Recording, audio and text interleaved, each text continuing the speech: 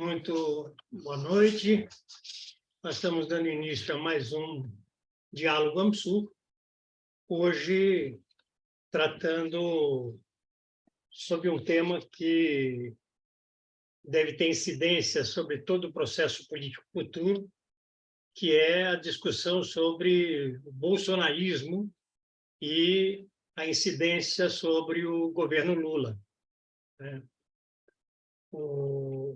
Não à toa, ato contínuo ao resultado eleitoral, com uma vitória apertada de Lula, se iniciam já vários movimentos de caminhoneiros fechando estradas, movimento de grupos bolsonaristas indo para a porta de quartéis. A gente teve também atividades ligadas a uma tentativa de desqualificação da vitória de Lula nesse processo eleitoral, inclusive com questionamentos quanto ao resultado eleitoral.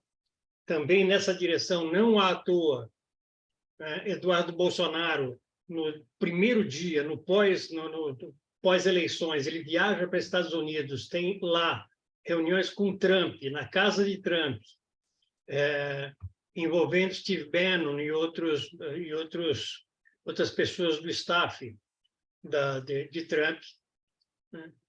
Não à toa, lá também se discute a importância de se questionar o resultado eleitoral. Ou seja, nós estamos diante de um fenômeno que não é de pequena importância. O bolsonarismo mostrou capacidade de mobilização, capacidade importante de mobilização, e vai ficando cada vez mais claro que o bolsonarismo se filia a um processo político que é internacional, não apenas nacional. Com essa compreensão, nós vamos, nesse diálogo de hoje, contar com duas contribuições, uma do professor Bruno Vanderlei Reis, da Universidade Federal de Minas Gerais, e também de Atier Júnior, Alfredo Atier Júnior, que é desembargador no Tribunal de Justiça de São Paulo e presidente da Academia Paulista de Direito, titular da cadeira Santiago Dantas. Para dar início aos trabalhos, eu vou pedir que Vicente Trevas, presidente do Instituto, faça as honras da casa. Antes disso, solicitando a todos que nos assistem pelo YouTube que se inscrevam em nosso canal, o canal Instituto AMSUR, que dêem o seu like, amplificando assim a penetração desses debates que nós temos feito. Vicente, com você, por favor. Muito boa noite a todas e a todos os nossos parceiros desse diálogo, Um agradecimento especial ao nosso querido parceiro e amigo Alfredo Atier Júnior, que é um parceiro desde o início do nosso instituto, com o qual compartilhamos um conjunto de reflexões, E também agradecer de forma muito especial ao professor Bruno Pinheiro Vanderlei Reis, por ter aceito o nosso convite. Nós somos um pequeno centro de pensamento estratégico, formado por quadros políticos, por professores, pesquisadores, e que estamos tentando acompanhar essa grande tragédia, ou essa grande epopeia do povo brasileiro. E o diálogo de hoje se situa num momento muito positivo, que foi aquele resultante da eleição do presidente Lula no dia 30 de outubro. E, portanto, nós estamos vivendo o início de uma transição política que vai ter como um ponto de partida de inflexão a posse do novo governo e do novo presidente no comando da República e da Federação, né? Nós estamos discutindo há muito tempo, né, a nossa sociedade, a nossa cena política, o nosso sistema político, de um ponto de vista particular, ou seja, através da contribuição de pesquisadores, professores, pensadores, nós abordamos os nossos temas com 3 objetivos. Primeiro, através dos nossos expositores, podermos ter acesso, né, ou sinalizações da boa informação, né, sobre cada um dos temas abordados, né? Um segundo propósito é também ter boas considerações que expressem um bom conhecimento dos temas abordados, mas o nosso objetivo maior é tentar produzir sobre, né, os nossos assuntos em discussão uma certa inteligência política. Ou seja, o que é isso? Uma capacidade de tentar perceber, né, as tendências em curso, mesmo aquelas que não estão evidentes, mesmo aquelas que precisam ser explicitadas e serem conhecidas, né? Para, através dessa possibilidade, tentar propor considerações àqueles que estão no comando dos processos políticos, né? Então, muito grato ao Alfredo, ao Bruno, né? Evidentemente que já deixo aqui uma indagação, né? Se o bolsonarismo ele abarca o conjunto da nova extrema-direita no Brasil, né? Se há dissidências, se há variações, né? E também, evidentemente, o impacto desse processo político, desse movimento político, em algumas estruturas do Estado brasileiro, né? Mas, certamente, as exposições do Alfredo e do Bruno vão trazer esclarecimentos a essas questões. Muito obrigado, Granado, é com você para conduzir os nossos trabalhos. Obrigado, Vicente. Bom, passo, então, para o professor Bruno Pinheiro Vanderlei Reis, né, para fazer a fala inicial. Bruno, com você, por favor. Tá. Bom, muito obrigado, Granado. Obrigado, colegas, pelo convite. Para nós, né, funcionários de universidades, a gente fica ali absorvido naquela rotina do batidão, uma instituição absorvente, uma instituição que nos expõe né, ao privilégio de estar ali conversando e remoendo coisas, mas também que, enfim, tem uma engrenagem pesada a ser tocada no dia a dia, e a ocasião, eventualmente, o professor de um departamento de ciência política, né, que tenta formar pessoal em ciência política e fazer pesquisa e gerir uma universidade, né, a ocasião de estar conversando com os colegas que estão aí na luta, eventualmente, né, tentando fazer a maturação do debate junto à sociedade, é uma ocasião preciosa para nós, né? Porque, de outra maneira, a gente fica ali, né, dentro. Eu mesmo, ultimamente, nos últimos 5, 6 anos, eu estou absorvido. Eu hoje sou diretor de faculdade. Essa é a minha função principal, já há alguns anos que eu faço. Mal é ciência política. Eu estou lá, né, na vida de professor, tocando a vida na faculdade numa situação de emergência como essa, né? Como se não bastasse Bolsonaro, pandemia e tudo ao mesmo tempo. Mas, enfim. É claro, e viver isso tudo, acho que eu quero, de saída, partilhar com vocês. Eu acho que o melhor proveito para uma conversa, para uma sessão que eu acho que ela fica mais proveitosa se a gente conseguir conversar, se isso fluir de alguma maneira, né? Acho que o melhor que eu faço é partilhar mais ou menos de onde eu falo, como é que eu vim bater no ponto de vista que eu cheguei a exprimir naquela entrevista do Nexo, né? Essa evocação do plano internacional que é especulativa, né? Que é tentativa.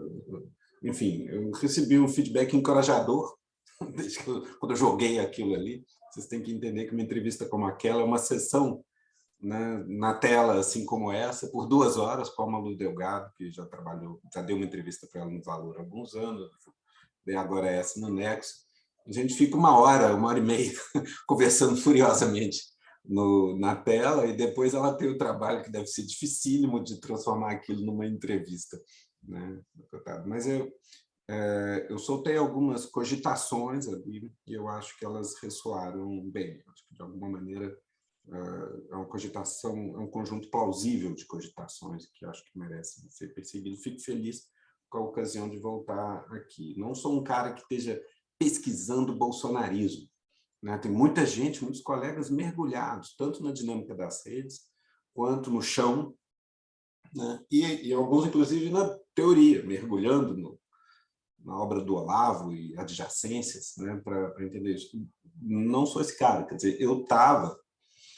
Meu engajamento de acadêmico mais recente, dos últimos 15 anos, por aí, foi assim, eu fui absorvido no debate da reforma política, olha só, falando de sistema eleitoral, né, que é um debate que a ciência política, enfim, tem propriedade para falar, mas, do modo geral, a ciência política brasileira tendeu a desqualificar, as coisas estavam funcionando, vocês devem conhecer o argumento presidencialista de coalizão, a gente entendeu como funcionava o sistema, e, a partir daí, houve uma certa normalização do sistema, no sentido, olha, dá para governar, o presidente tem o kit presidencial lá e ele consegue arrancar o que precisa do Congresso. Isso não está mais funcionando do mesmo jeito, mas, de qualquer maneira, na década passada tinha um certo negacionismo quanto à necessidade ou conveniência de uma reforma no sistema eleitoral.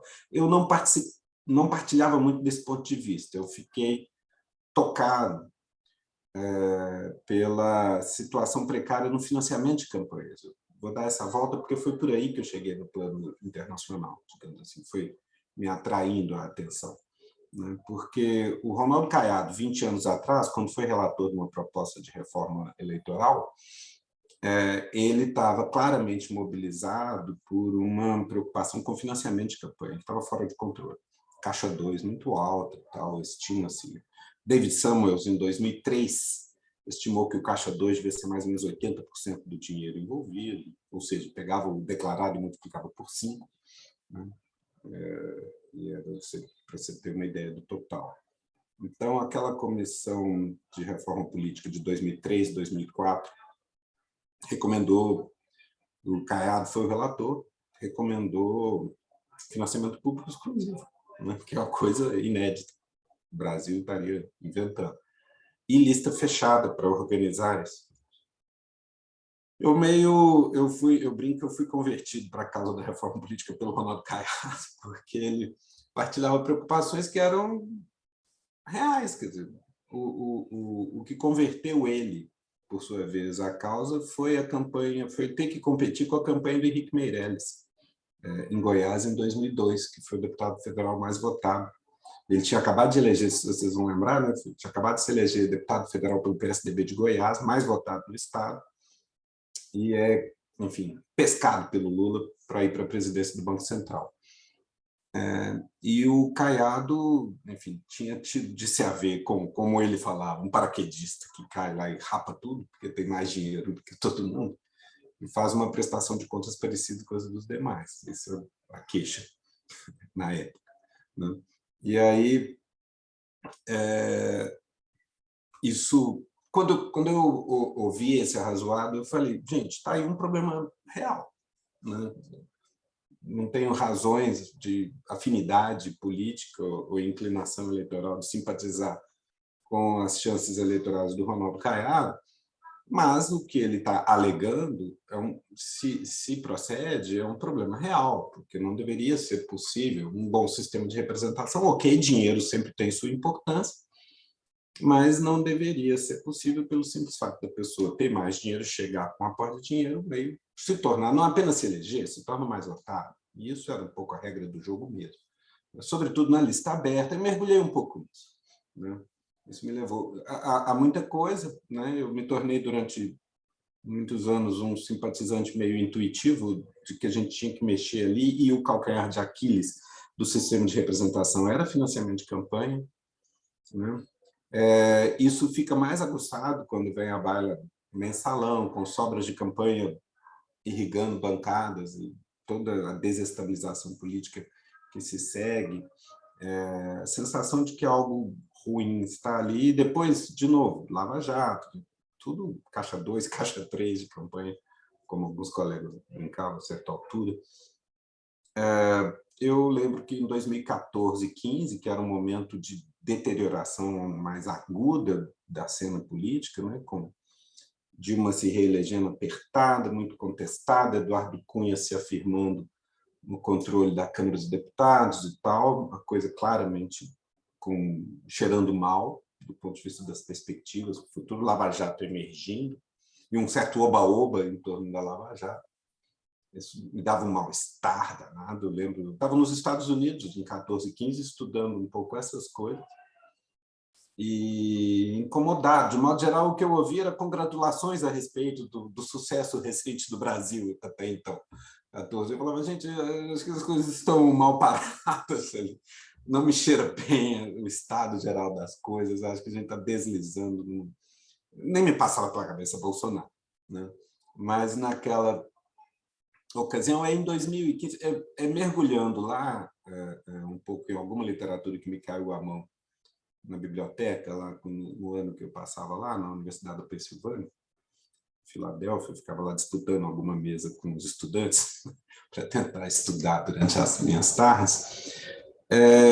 Eu esbarrei no assunto que eu nunca tinha parado para prestar atenção, dos paraísos fiscais, da economia offshore e do dinheiro que passa muito fora do radar das prestações de contas e da receita, e remessas e fluxos financeiros ilícitos internacionais e tal, escondidos em paraísos fiscais, e uma desregulamentação crescente, com um desinteresse crescente de se ter controle pesado em torno disso, depressão da capacidade de arrecadação de muitos estados, né? E certamente comprometimento da capacidade de controle. O caso americano é notório, dos anos 70 para cá, os Estados Unidos desabilitaram seu sistema de controle de financiamento eleitoral, né? Com agora super PACs que botam dinheiro a rodo. Quando Barack Obama inventa uma maneira de desconcentrar as fontes, imediatamente a Suprema Corte revoga limites que pesavam. Então tem um jogo bruto que favorece o poder econômico, né? É o viés lá, né? Aqui era o viés era de tentativa de controle, de aumento de transparência. Mas o caldo entornou, né? A casa caiu, como é óbvio, né? E hoje a gente tem, certamente, hoje a confiabilidade, do modo geral, das prestações de contas hoje é menor do que chegou a ser em 2014. A gente não gostava do que via, mas o quadro estava ficando mais fidedigno.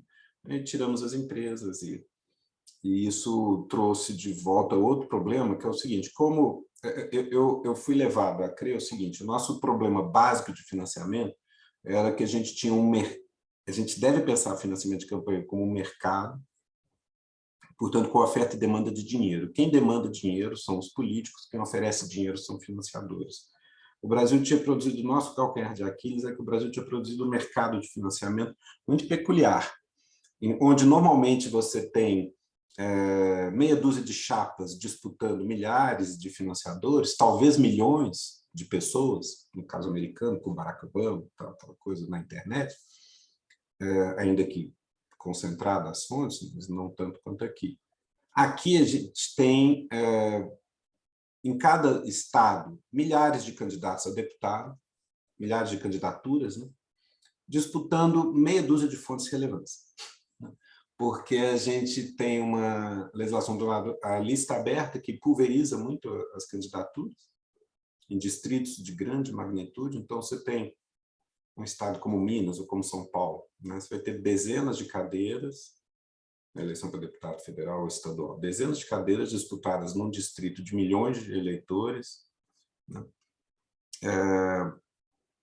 E aí com milhares de candidatos. Então, é difícil controlar isso. E aí a gente tem o que se o sistema eleitoral pulveriza a demanda por dinheiro, do outro lado, a regra de financiamento concentra as fontes mesmo tirando as empresas, o teto que incide sobre a doação é um percentual da renda do doador. Isso também é peculiar ao Brasil, né? Então, a gente, se o teto é proporcional à renda do doador, o candidato racional vai tentar buscar alguma pessoa rica o bastante para poder resolver o problema dele, né? Então, você cria um mercado de financiamento em que você tem uma grande pulverização da demanda, múltiplas candidaturas demandando dinheiro, que vão bater na porta das pessoas o mais ricas que for possível obter, porque quanto mais rica for a pessoa, mais dinheiro vai poder dar. E aí vai ser menos doadores, menos fontes que o candidato vai precisar ter. Eu estava lidando com isso quando eu estava lá na biblioteca nos Estados Unidos, 14, 15, quebrando a cabeça sobre desenho institucional e sobre os dilemas de decisão no Brasil em torno disso, quando eu ouvi falar dos paraísos fiscais. Aí dá vontade de desistir, né? Você fala, caramba, é mesmo, ainda tem isso, né? Você tem uma economia offshore que passa muito fora do radar, né? E que irriga dinheiro por aí. Esse jogo desse fluxo é transnacional, claro. Cada vez que tem um estouro de um Panama Papers, da HSBC na Suíça, daquela Mossack Fonseca no Panamá também, as coisas que vêm ali, a gente vinha se apresentando na Lava Jato como uma espécie de campeões mundiais da corrupção, devolvendo bilhões para fora, pagando pedágio, fazendo autoflagelação em público. Falei, nossa, quanto nós somos corruptos. Mas cada vez que vem a público uma lista de contas desse tipo, o peso do Brasil ali é residual, né? Ele está longe de estar no centro das coisas. Muita gente fala, ali não é ilegal, é legal. Mas justamente, quer dizer, você tem um jogo, aí de novo, né, geopolítico dos últimos 40, 50 anos, que tem um viés de favorecimento de sigilo, de segredo, esconder dinheiro, de alguma maneira, tirar legalmente, permitir que empresas ou criminosos, e isso é parte do problema, eles vão para o mesmo fundo, vão para o mesmo banco, né? Tanto o tráfico de drogas quanto negócios, empresas transnacionais com negócios lícitos, né? Vão basicamente fazer manobra contábil para esconder dinheiro e não pagar imposto nenhum, etc., tipicamente em paraísos fiscais, tá? Deprimindo capacidade de arrecadação dos estados e, naturalmente, comprometendo a capacidade de controle de coisas óbvias, mas importantes, como financiamento de campanhas eleitorais. Esse jogo tá... Você tem uma proporção grande, isso não é residual, né? Estima-se que o peso da economia offshore no PIB mundial não é 1 ou 2%, mas seria algo em torno de 10 a 20% do PIB. Então, tem um peso grande aí, tem pessoas que jogam esse jogo mais transnacional do que outras, né?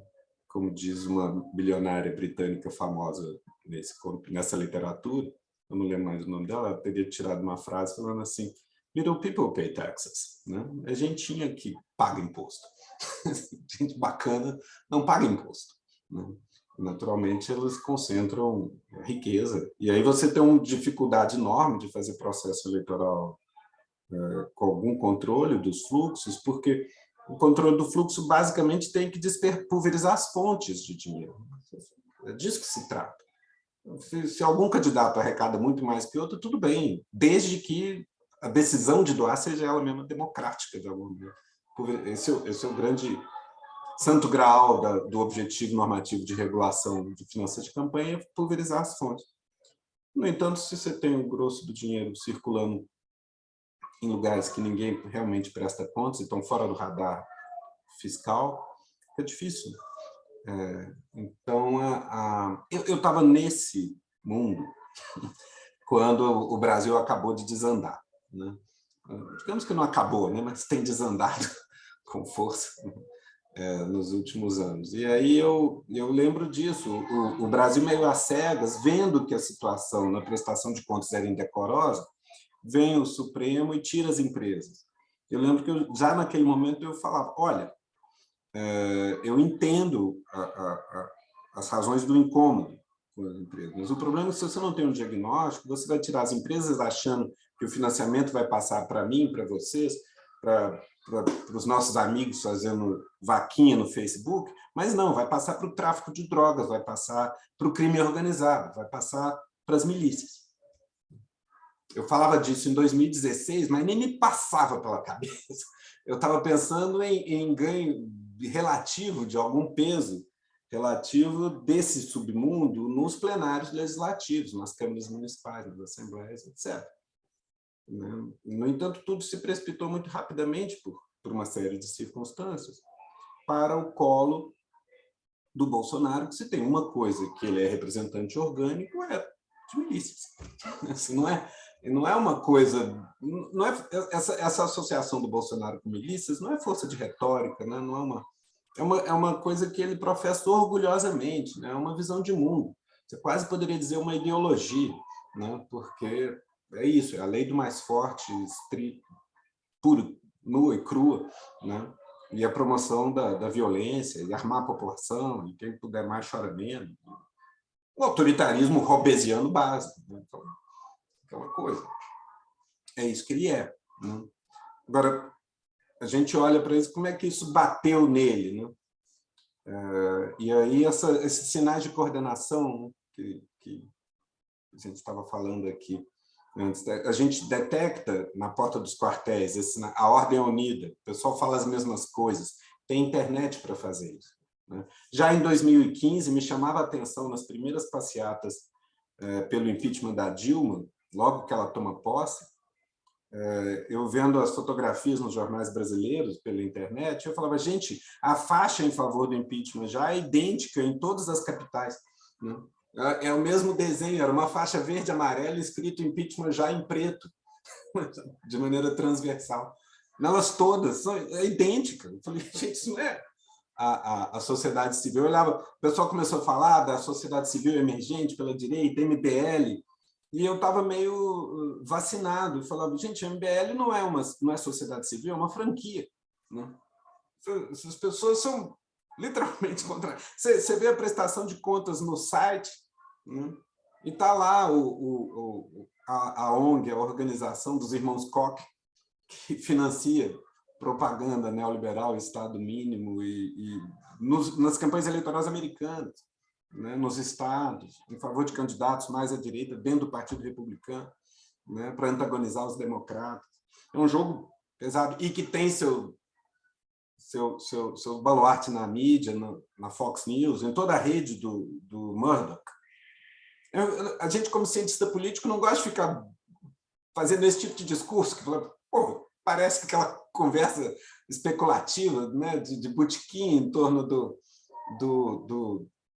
da conspiração mais recente, mas o diabo é que essas coisas parecem obedecer. Primeiro, isso é recorrente dentro dos Estados Unidos, é fato que organiza o jogo nos Estados Unidos, é fato que a própria política americana está vivendo um processo de desorganização, né, dos alinhamentos lá. E sim, você tem uma antagonização de qualquer liberalismo pela esquerda, no sentido americano, liberal, qualquer coisa que venha do Partido Democrata, qualquer coisa que esteja em vinculação com sindicatos, etc., com gasto público, etc., encontra uma barragem firme, né, em um flanco político muito bem financiado, né, desde o Reagan,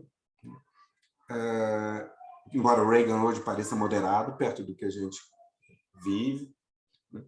Mas desde o Reagan, claramente, tem uma radicalização interna da política americana, e todo governo democrata que teve depois, que foi Clinton, Obama, e agora Biden, governa sob sabotagem do Partido Republicano, bem financiado, né, por grupos que jogam... A velha moderação que a gente tendia a ver na política americana, quando eu era jovem, adolescente, até os anos 70, 80, as pessoas falavam, os partidos americanos são todos iguais, não faz muita diferença, porque nenhum deles é propriamente socialista ou social-democrata. Mas, de repente, aquela política estava esgarçada num nível de confrontação e de intolerância mútua brutal, né?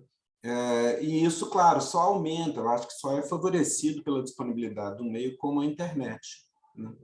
Que viabiliza a fragmentação, mais do que a tais das bolhas de ressonância, elas existem, mas não são predominantes, mas a existência da internet viabiliza certa fragmentação dos públicos e que favorece disseminação de desinformação, mesmo que seja dentro de subconjuntos específicos da população, de maneira que não tem nada que se diga que não seja suficientemente, que seja absurdo demais para ganhar curso. Então, nesse momento, todos os canais institucionais no Brasil sabem que a eleição foi perfeitamente limpa do ponto de vista da apuração. O sentido que ela não foi limpa foram os abusos e crimes cometidos pelo Bolsonaro, né? Mas a apuração a gente sabe que é absolutamente impecável, né? Assim, eu sou um crítico do sistema eleitoral brasileiro, né? Lista aberta, como a gente tem em grandes distritos, mas o sistema de votação e apuração do Brasil, o sistema de administração eleitoral do Brasil é mais do que exemplar, talvez seja mesmo o melhor do planeta, né? Então, e o fato de ter entrado na linha de tiro, enfim, é sintoma de certa transbordamento também para cá do mesma linha de estratégia que polariza a política americana e, sim, tem tornado dramaticamente ineficiente o sistema político dos Estados Unidos, com efeitos deletérios sobre a economia americana, né? Então, se os Estados Unidos estão sofrendo com esse ecossistema político, e eu julgo que estão, né? Imagina o caso do Brasil, a vulnerabilidade da gente com relação a isso. Esse jogo, no entanto, é claramente transnacional. Na hora a Fox News ser a primeira fonte a respaldar a contestação eleitoral no Brasil é muito sintomático.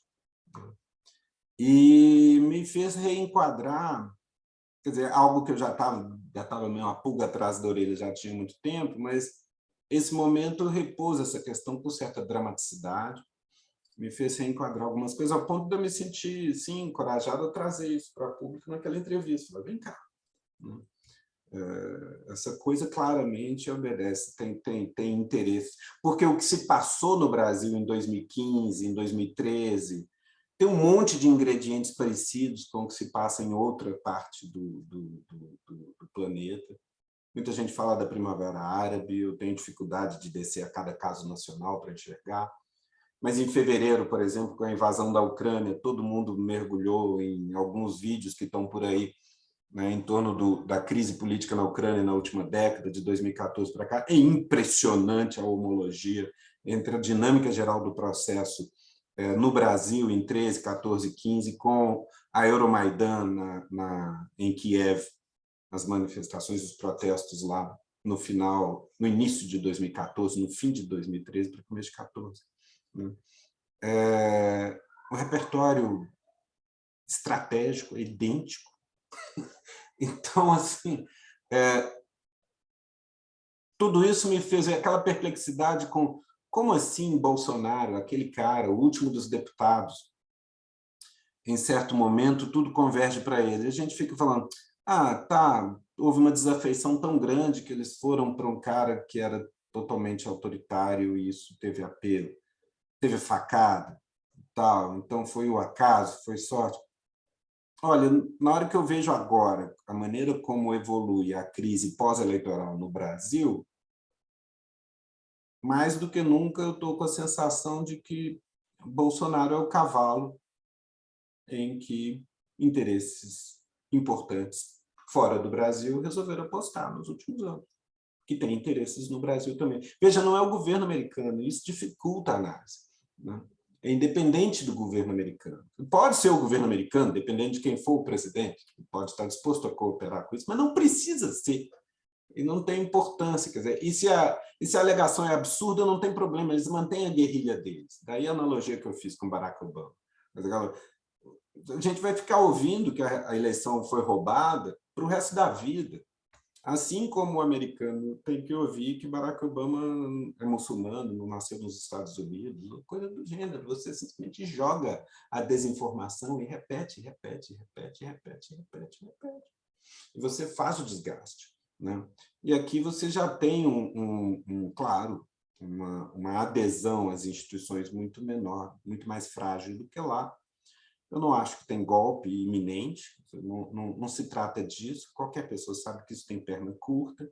O que tem mais alcance é o desgaste permanente, né? Em que você mantém qualquer governo que você queira encantoar na defensiva, se justificando o tempo todo, debaixo das alegações mais paranoicas, mais malucas. Não por acaso o Barack Obama falou, não, Fox News não é veículo de mídia, Fox News é um movimento de oposição, como tal vai ser tratado pela Casa Branca. Pá, né? Porque eles jogam na desinformação metódica, na reiteração de coisas que eles sabem falsas. E eles têm meios de financiar isso, essas pessoas. Hoje tem no Trump uma liderança política eficaz, então tem uma afinidade grande. Acho que o Trump pode ter sido encorajado por esses grupos desde o início, talvez sim, talvez não. De qualquer maneira, nesse momento, parecem atuar em esfera próxima, né? O conjunto o playbook, né, do Steve Bannon convém também a isso. Então, uma coisa que produz um incômodo danado e certa sensação de insegurança na hora de prospectar é por onde que você pesquisa essas coisas, por onde você prospecta, por onde você formula hipóteses com rigor e tenta testar. Isso não tem dado, não tem uma literatura, porque trata-se de articular o plano internacional com o plano doméstico, mas é mais do que isso apenas, porque não é só fazer geopolítica como a gente usava, tomando os estados nacionais como unidade de análise, sem muito problema quanto a isso. Porque agora são coisas que se passam independente de decisões tomadas no âmbito dos estados, inclusive das potências. O caso, e mesmo o que é tomado no âmbito do estado, como o estado nos países centrais está enfraquecido, também as razões de estado têm menos peso no processo de decisão política.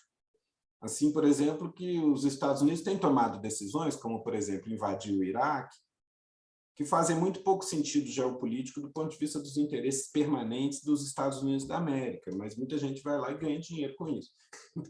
Você toma uma decisão corrupta nesse sentido, né? No entanto, desestabiliza o Iraque. Com isso, ao desestabilizar o Iraque, aumenta o peso dos xiitas lá, reforça a posição do Irã, que é o inimigo, bota a Arábia Saudita em posição desconfortável, a Arábia Saudita que é aliada deles, quer dizer, um desastre geopolítico a invasão do Iraque. Mas um monte de gente ganhou dinheiro próximo do núcleo decisório americano. Eu acho que a Ucrânia, eu me inclino por entender de maneira parecida. Olha a lambança que é a estratégia para a Ucrânia nos últimos 20 anos. Olha o que virou, né? Isso não é algo que convém aos interesses estratégicos mais permanentes de longo prazo dos Estados Unidos, mas ganha-se dinheiro, vende-se armas. Tanto é que, de 97 para cá, à medida que a OTAN foi se expandindo, tinha uma linha dura dos realistas, republicanos, velha guarda, Kissinger, George Frost Cannon, o Mersheimer, falando contra, falando que estão fazendo um desastre, a gente não pode trazer a Ucrânia para a OTAN de jeito nenhum, etc. No entanto, vai. Né? Vai porque fazem-se negócios. Então, é algo que, de alguma maneira, é como se estados, na medida em que o Estado perde peso dentro da economia, digamos assim, né, por uma lógica cada vez mais pró-mercado, em que o Estado vai depauperando, ele perde poder. Se ele perde poder, perde peso, razões de Estado nas decisões tomadas nos países centrais. E isso introduz um elemento de imprevisibilidade na decisão, mesmo quando é tomada pelo Estado. Né? Mas, além disso, também tem um monte de atores, a globalização, e, enfim, internet e tal, alavancou o poder de um monte de entes privados que podem agir independentemente de seus governos, eventualmente até contra eles. Conforme, nesse momento, o governo americano é pró-Lula, digamos assim. Não, convém a oposição nos Estados Unidos desestabilizar o Lula e reforçar Bolsonaro. E convém ao Partido Democrata reconhecer Lula. Isso é uma coisa que não deixa de a ameaça Trump não deixa de reforçar a posição do Lula no plano multilateral, inclusive junto ao governo americano, né? Isso é algo, eventualmente, a ser capitalizado. Me dá a impressão que o Lula está atento para isso e está querendo fazer. Ele precisa também se articular internacionalmente, também no âmbito regional, ressuscitar o Unasul, tudo isso me parece absolutamente indispensável, né? Mas a ficha que me caiu, e aqui eu encerro, no momento que eu vi a Fox News saindo a campo, né? Foi que, na hora que você pensa só nos bloqueios das estradas e na porta do quartel, são movimentos, têm números, podem crescer, eles têm tido seu crescimento favorecido. Em si mesmos, era mais fácil evitar. Quer dizer, quando começa... A Gaviões da Fiel e a torcida do Atlético mostraram que os bloqueios não eram para valer, né? Mas a Polícia Rodoviária Federal não estava interessada em coibi-los, né? A mesma coisa vale para a concentração nas portas dos quartéis, né? Aquilo, no momento que o Exército quiser, aquilo é desbaratado em 2 horas, né? Sem violência. Vai falar, pessoal, acabou.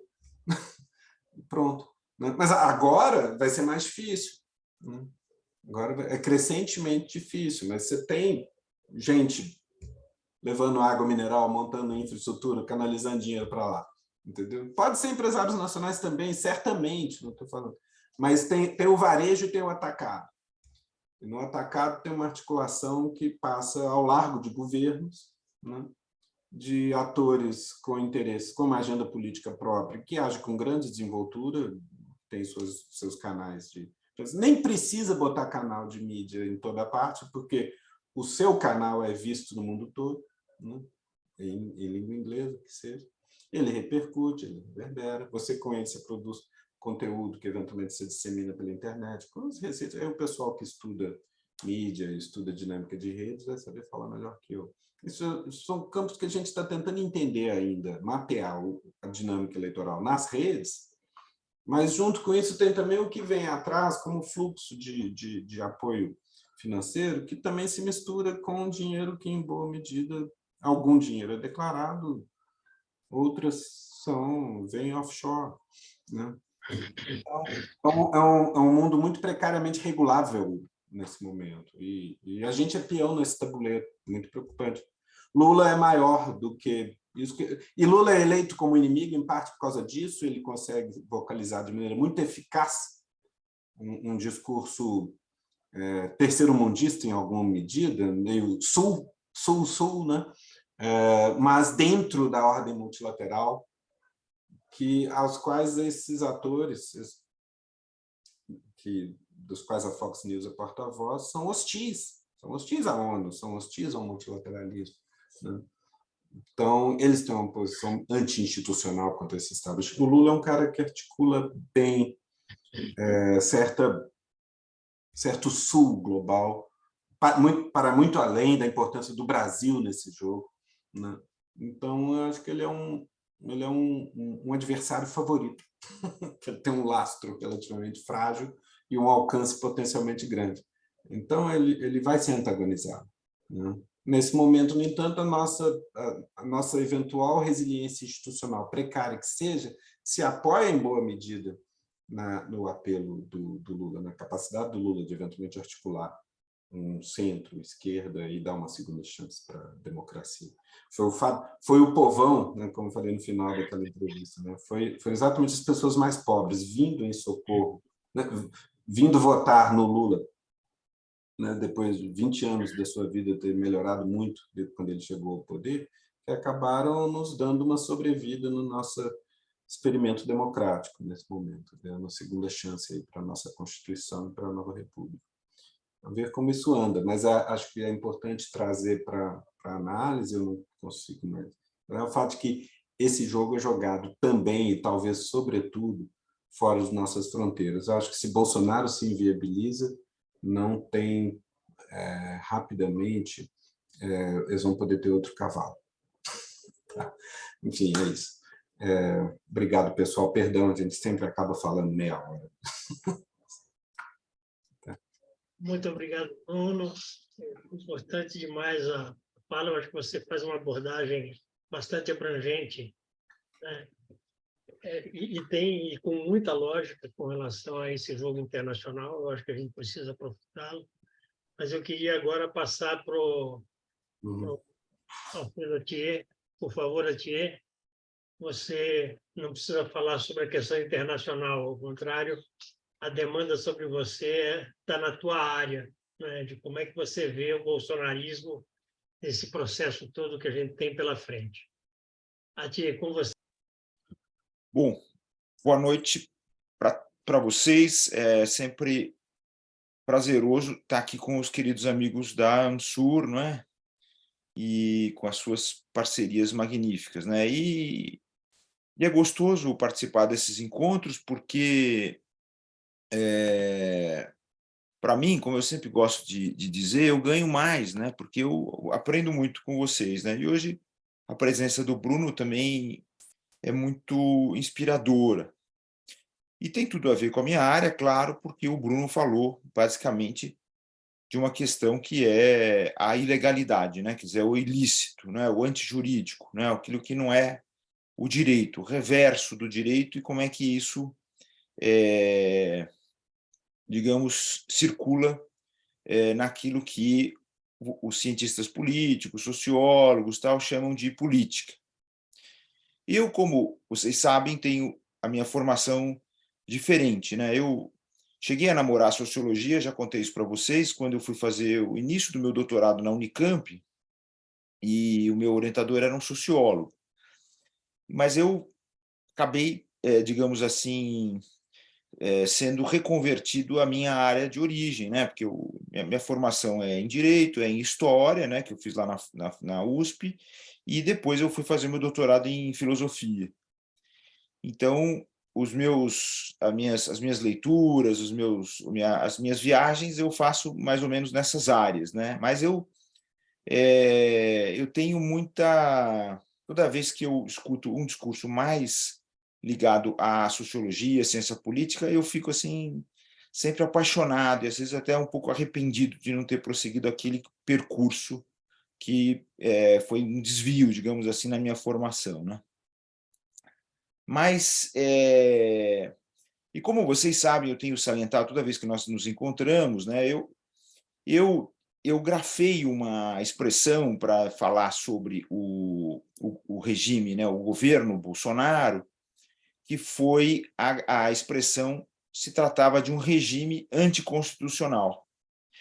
E eu fiz isso logo de início, lá atrás, né, logo que começou o negócio do bolsonarismo a se tornar viável do ponto de vista eleitoral, né, 2016, 17 sobretudo, eu fiz isso para fazer já, desde logo, mostrar uma distinção da minha forma de pensar com todo o discurso que os juristas estavam fazendo e continuam a fazer até hoje. Eu acho que hoje eles estão um pouco, digamos assim, curados desse mal, porque naquela época e durante muito tempo o pessoal falava do tal do estado de exceção, né? Estava todo mundo seduzido por essa expressão, só que ela estava descontextualizada, na minha opinião, claro, com relação àquilo que foi e é o bolsonarismo e as outras forças que estão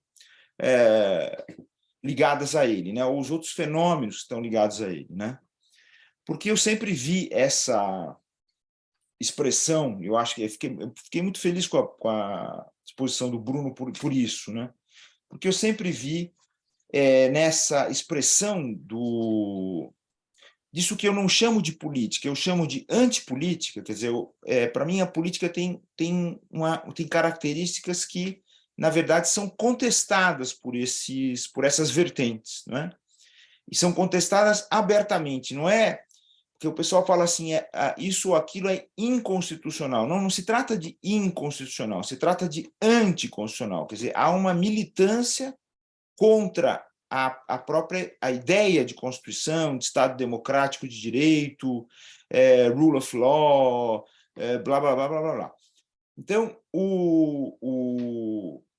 então eu tenho assim para mim, essas vertentes, na verdade, elas sempre formaram um nó de articulação antijurídica. quer dizer, contra o direito, contra a política e contra a Constituição. Então, desde o início, eu logo grafei a expressão regime anticonstitucional, para deixar claro isso, né? Porque, para mim, desde sempre, e a eleição de 2018 do Bolsonaro foi uma eleição ilegal. Quer dizer, uma eleição que não pode ser, não está nos quadros daquilo que seria admitido pela institucionalidade brasileira, né? Ou mesmo internacional. Aquela eleição foi viciada. Então, jamais isso poderia ter sido convalidado pelas estruturas institucionais jurídicas brasileiras. Então, assim como o direito e os tribunais brasileiros, né, o Poder Judiciário brasileiro, o Ministério Público brasileiro, e mesmo a advocacia privada, em vários aspectos, eles foram responsáveis pelo surgimento desse fenômeno, né, que é o bolsonarismo, entre outros, né, eles continuaram a validar esse bolsonarismo, né? Então, um dos artigos mais recentes que eu escrevi, assim, de divulgação para a imprensa, foi justamente o artigo As Absolvições de Bolsonaro, porque ele foi absolvido durante todo esse percurso desses 4 anos pelas instâncias do Poder Judiciário, que somente se salva, né, o judiciário brasileiro somente se salva porque, através de uma atividade que não é propriamente jurisdicional, quer dizer, não é propriamente típica do Poder Judiciário, mas é uma atividade administrativa, ele conseguiu impedir que muito daquilo que esse projeto anticonstitucional, esse regime anticonstitucional que tomou conta do Brasil, ele tivesse consequências piores, não é? Então, o Supremo evitou que as medidas no curso da pandemia elas não fossem piores ainda do que foram, quer dizer, chegar a um número de mortes ainda superior àquilo que aconteceu, e aquelas mortes que ocorreram, evidentemente, já foram absurdas, mas isso teria acontecido de uma outra magnitude se o Supremo não tivesse, não jurisdicionalmente, não como judiciário, mas como administrador, como atividade administrativa, ele não tivesse impedido isso. E a mesma coisa aconteceu no Tribunal Superior Eleitoral, porque as pessoas veem o TSE como um tribunal, porque ele tem esse nome, né? Ele é um tribunal, tá? Faz parte do Poder Judiciário, mas, na verdade, a grande função do TSE e dos tribunais regionais e dos juízes e juízas eleitorais é função administrativa, administrar o processo eleitoral. E, nesse aspecto, o TSE ele digamos assim, valorizou ao ter, do ponto de vista administrativo, impedido que todas as ilegalidades cometidas pela campanha de Bolsonaro e dos seus aliados no Brasil não tivessem consequências ainda maiores do que teve, porque o bolsonarismo, de certa forma, venceu, né? Tanto no parlamento quanto em governos estaduais, né? Ele acabou se instalando no estado de São Paulo, se abrigando no estado de São Paulo, e isso é uma coisa que é extremamente perigosa, muito preocupante. Eu até falei logo na nossa conversa de início que é preocupante em vários sentidos, mas um deles é pela presença de um fator, né, de aliança com o bolsonarismo, que é o do militarismo. E quando eu falo militarismo, eu falo lá no meu livro sobre o Brasil em Tempo Acelerado, foi uma resposta a uma provocação que eu recebi a partir daqui, de uma relação que nasceu aqui com o Tarso Genro. Eu falo que o militarismo é o militarismo oficial e o inoficial, porque eles estão os dois ligados, não é? As milícias no Brasil, nas grandes cidades brasileiras, elas estão ligadas às polícias militares. E então há uma aliança aí do bolsonarismo com isso. E eu também, desde sempre, me recusei a chamar o Bolsonaro de ditador ou de valorizar, digamos assim, o papel dele nesse contexto do regime anticonstitucional, dizendo que, na verdade, o papel dele especificamente era de um feitor, quer dizer, era levar à frente um processo de permanência, digamos assim, de destruição, que é assemelhado ao processo de destruição colonial, não é? Quer dizer, os seus adversários são os mesmos adversários de sempre do poder público brasileiro, não é? Que, inclusive, nesse aspecto, o exemplo das polícias militares é muito importante, porque a gente não pode se esquecer que o sistema policial brasileiro ele nasce como uma forma de reprimir essas mesmas pessoas que continuam a ser reprimidas hoje, não é? Então, quer dizer, ele é um sistema de periferização da população, quer dizer, afastar o povo, digamos assim, né, o povo do centro de poder, do espaço público, do tempo público e assim por diante, né? Bom, mas então aí, se vocês se lembram, lá no Brasil em Tempo Acelerado, eu vou salientar quais são os componentes desse projeto do regime anticonstitucional. E esses componentes não são só o bolsonarismo, porque o bolsonarismo, por incrível que pareça, porque ele é sempre atacado assim de frente, um sujeito autoritário, um discurso autoritário, um discurso desprezível, blá, blá, blá, blá, blá, mas ele é, na verdade, de todos esses componentes, aquele que se mostrou mais flexível, porque ele, se mostrando flexível, ele conseguiu liderar essas várias vertentes que fazem parte disso que forjou o regime anticonstitucional.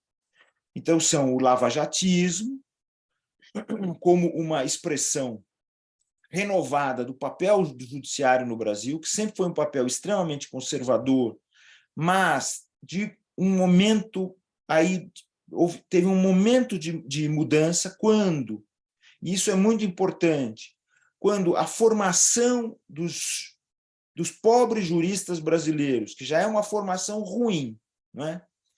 Ela começou a ser influenciada pelo sistema de formação para estrangeiros do direito norte-americano. Quer dizer, aquele mercado dos tais LLMs, né? Os mestrados em direito, que não são mestrados, mas são cursos de especialização muito bem organizados, muito bem desenhados, que exigem um esforço enorme das pessoas que o seguem, claro, mas eles estão voltados para o mercado internacional, quer dizer, uma abertura para eles arrecadarem dinheiro com escritórios, corporações internacionais, escritórios estrangeiros, né, grandes escritórios estrangeiros. O valor desse diploma é muito grande no interior dessas corporações advocatícias, não é? Mas também eles começaram também a gerar, digamos assim, atrações para os profissionais públicos do direito. Promotores, juízes federais, sobretudo, procuradores federais, eles geraram esse modo de atração, e a gente sabe que o Dallagnol, por exemplo, é um filho de um desses sistemas desvirtuados por ele, né? Mas propositalmente, porque esses sistemas são construídos para isso. A gente liga a má formação dos juristas brasileiros com essa influência grande de um sistema muito bem desenhado, que é o sistema norte-americano desses cursos de especialização, e você gera esse desvirtuamento, que foi o desvirtuamento da Lava Jato e das outras operações, não é? Mas que acabou, digamos assim, se impregnando no direito brasileiro, está presente no direito brasileiro. Não é à toa que dessa eleição saem vitoriosos os moros, não é? Você veja, por exemplo, uma coisa engraçada, né, que eu acho que é muito assim, significativa. A Rosângela Moro, que é a mulher do Moro, ela se notabilizou, foi eleita, porque ela abriu uma página no Facebook chamada Eu Moro com Ele. Eu moro com ele, né? Eu moro com ele. Não é isso? E o engraçado é que ela se elege por São Paulo e ele se elege pelo Paraná. Quer dizer, é engraçado isso, né? Porque o Moro com ele desapareceu no engendramento dessas candidaturas, não é? Que você vejam, por exemplo, que o caso do Moro, especificamente, é muito interessante desse ponto de vista do que o Bruno referiu, porque há muitas contestações de detalhes na campanha dele. Detalhes, contestações do Tribunal Regional Eleitoral de Minas. Mas esses detalhes são sintomáticos, né? Eles estão apontando coisas que estão presentes em todas essas campanhas vitoriosas desse percurso bolsonarista. Pessoas que são desprezíveis, que não fizeram absolutamente nada e que não governaram, não têm nenhum projeto para demonstrar para o país, foram eleitas em determinados lugares. E é óbvio que, para mim, já falei isso publicamente, que isso tudo é produto de abuso do poder econômico, abuso do poder político também. Quer dizer, tudo isso é ilegal. Como foi ilegal a eleição do Bolsonaro lá atrás, os votos que ele recebeu aqui agora e os votos de todo esse pessoal que acabou sendo eleito, surpreendentemente, digamos assim, para o cidadão comum, não é? Ficou surpreso com a eleição de Damares, Pazuello, Ricardo Salles, com a votação que teve no estado de São Paulo, assim, assustadora, os próprios Bolsonaros, etc, etc, etc. Né? Mourão, enfim, essas figuras. Mas, a par do bolsonarismo, o lavajatismo, também o evangelicalismo, o militarismo que eu referi, né? E também aquilo que eu chamo, assim, de forma bastante irônica, eu sempre peço desculpas assim aos sociólogos pela minha liberdade de inventar conceitos, assim, não conceitos, mas inventar, digamos, marcas, né? Porque isso eu acho que eu peguei muito da minha formação jurídica, né? Quer dizer, o rede-socialismo, né? As redes sociais. Então, o que eu chamo de rede-socialismo, assim, para associar um pouquinho com essa ideia assim do nosso socialismo incipiente brasileiro, né? Isso tudo, digamos assim, todas essas vertentes, elas se fizeram, e isso é muito importante. Todas elas, desde o bolsonarismo, passando pelo evangelicalismo, chegando ao rede socialismo, todas elas se fizeram fora do ambiente institucional. Isso é muito importante. E todas elas contra o ambiente institucional. Todas elas, o que tem elas de comum é que elas todas atacam o ambiente institucional, elas atacam o Estado de Direito. Quer dizer, portanto, elas são ilegais, por um lado, não são propriamente ilegais, isso que é muito importante, mas elas são antilegais, né? Então, isso é extremamente importante, porque o lavajatismo, por exemplo, ele vai se localizar no interior do direito, da justiça, do Ministério Público, né? Mas, então, por exemplo, do ponto de vista da aparência, é absolutamente legal, não é ilegal. Não é? O bolsonarismo vence eleições. Ele é legal porque venceu eleições. Não é? Ele é democrático, digamos, entre aspas. Mas, na verdade, a característica deles não é o I, mas é o anti. Né? É o anti, quer dizer, é a constituição no interior de um nó de antijuridicidades. Né? Isso é muito importante, é um nó de antijuridicidades. Mas a isso tudo se alia também o sertanejo, não é? O que eu acho muito interessante, essa propagação do movimento sertanejo e sua implicação, claro, com o agribusiness, né? O agrobusiness, né? Isso é extremamente importante como uma localização de poder no Brasil e que no final das contas, acaba sendo valorizado até pelo modo institucional, né? Isso é muito assim, perigoso. E a questão também assim, grave do armamentismo, né? Que isso é uma situação assim, grave no Brasil, mas está ligado com a questão do militarismo, porque você tem a implantação de um número de armas, de pessoas armadas no Brasil, de uma casta armada no Brasil, que supera, inclusive, o número do eficiente militar. Mas você já tem isso também nas instituições privadas de segurança, não é? Que estão aí espalhadas por todo o território brasileiro, sobretudo das grandes cidades, fazendo o papel da polícia para a classe média.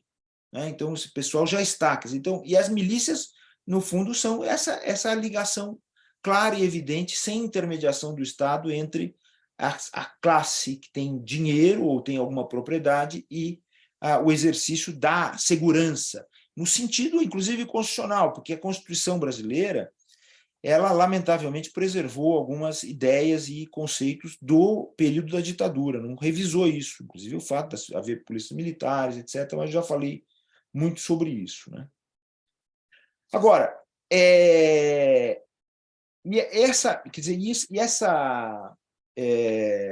e essas questões todas, digamos assim, elas se apresentam agora com uma nova configuração, porque, excepcionalmente, e graças a muito empenho, e sei lá, eu acho até uma coisa assim extraordinária, Lula vence a eleição.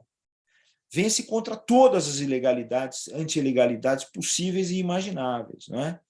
Essa eleição foi permeada por abusos de poder econômico extraordinários, e vamos ver se o sistema jurídico brasileiro vai ter capacidade de julgar isso, de apreender isso, né?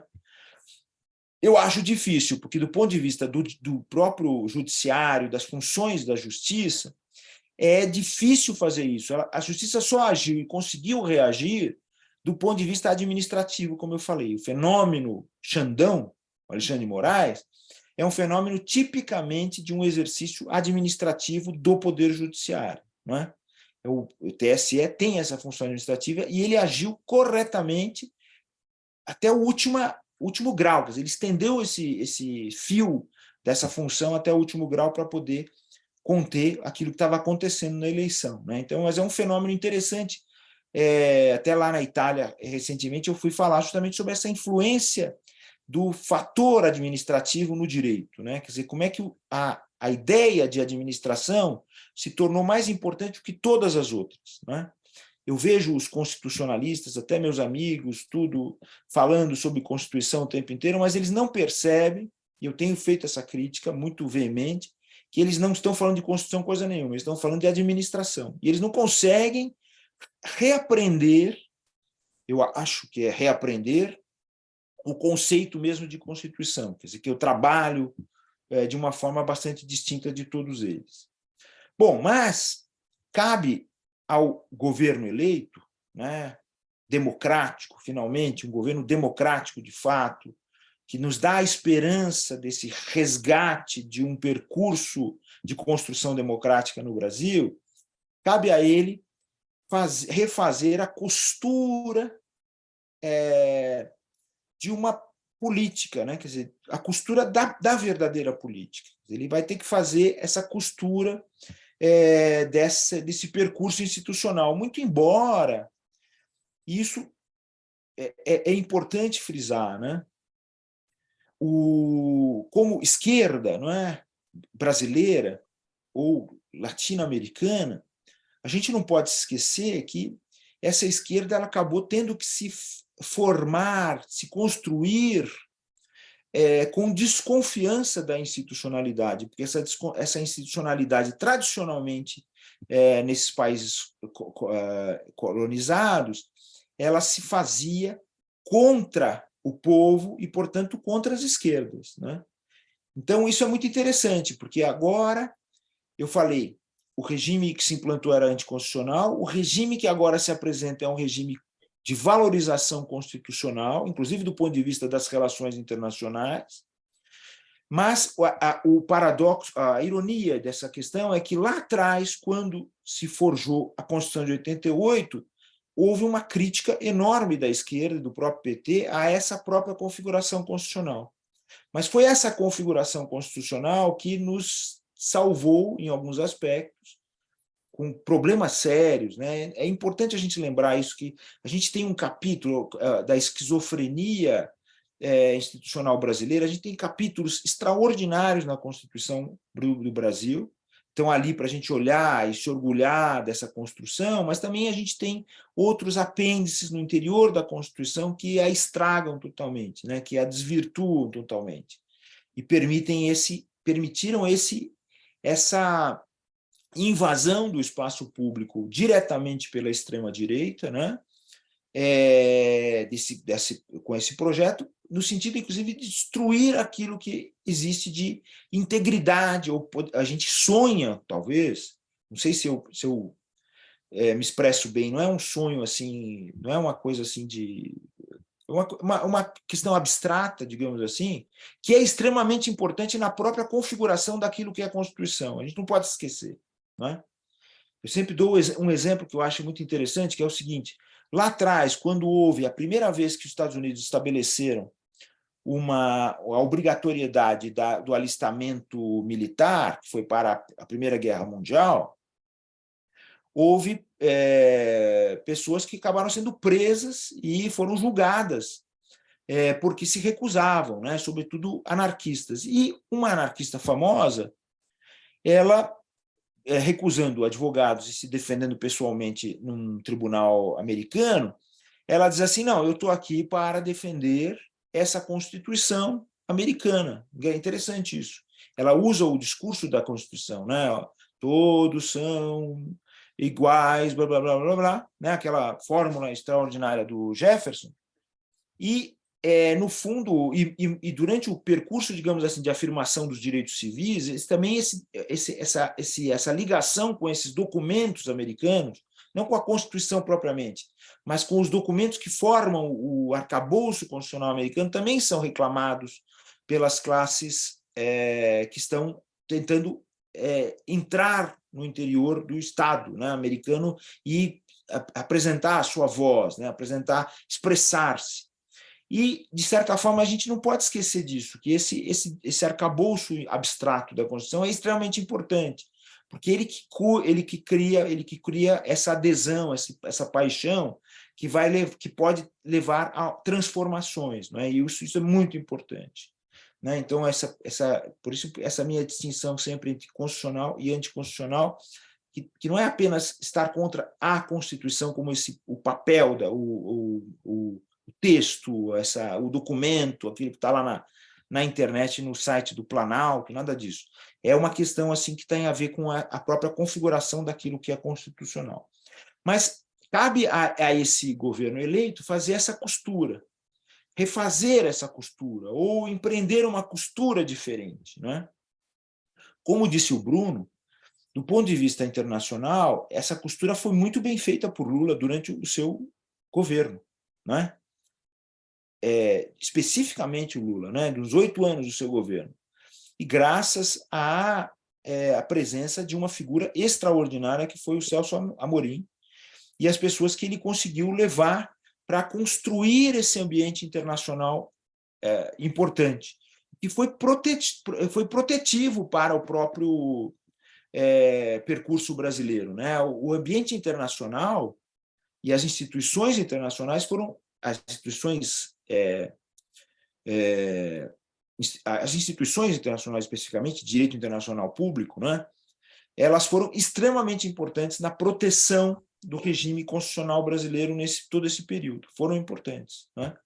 E foram usadas, é interessante isso, por uma parte da advocacia com muito êxito nesse percurso de defesa do regime constitucional brasileiro. Isso é muito importante. Mas ele tem que fazer essa costura. E o que é interessante nesse momento é que essa costura tem que ser feita com a participação de alguma das parcelas que tradicionalmente são antipolíticas no Brasil, né? Essa é uma questão também relevante. Mas, com relação ao bolsonarismo e todas essas vertentes que eu referi, que fazem parte, que estão junto com ele nessa empreitada anticonstitucional. Qual é a dificuldade? A dificuldade está em duas coisas importantes, dois lados disso aí. Porque, ao mesmo tempo, você tem que tratar com eles do ponto de vista da política, que para mim é antipolítica, né? E você tem que tratar com eles do ponto de vista do direito. Muito bem. Por quê?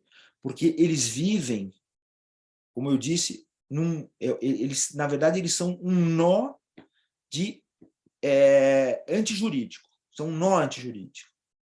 Então, você não pode tratar com essas pessoas como se fossem políticos, né? Então, como o Granado, lá no card, botou meu nome em cima da figura do Plínio Salgado, e juntou ali ao meu nome o do Santiago Dantas, né? Ele, em vez de botar lá, titular da cadeira Santiago Dantas, ele botou Alfredo Atier Júnior Dantas, né? Então, eu tenho que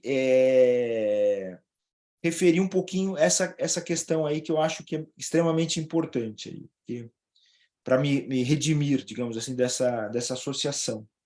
Vocês sabem que o Santiago Dantas foi integralista no início, e ele passa por um processo extremamente importante assim na história brasileira eu acho assim um dos mais fascinantes da história brasileira, né?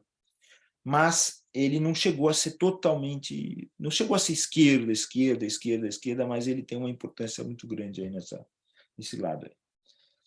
O nosso amigo, quer dizer, então eu vou citar aqui três coisas que eu não devia citar, né? Assim como o Bruno falou da vergonha de citar algumas coisas que parecem conversa de botequim, esse daqui também que eu vou citar agora também parece conversa de botequim. A Globo News disse que alguns aliados de Bolsonaro estavam muito próximos, estavam muito assim ansiosos de chegar a ele e dizer assim: olha, presidente, abandone essas coisas todas que o senhor está fazendo aí, dessas manifestações, e lembre-se que o senhor agora está habilitado a ser um grande líder da oposição, porque o senhor tem o aval de 58 milhões de votos. Eu não sei se é esse o valor, ou 48, não sei qual é o número. A mesma coisa aconteceu com o Trump lá nos Estados Unidos, que teve a segunda maior votação da história, né?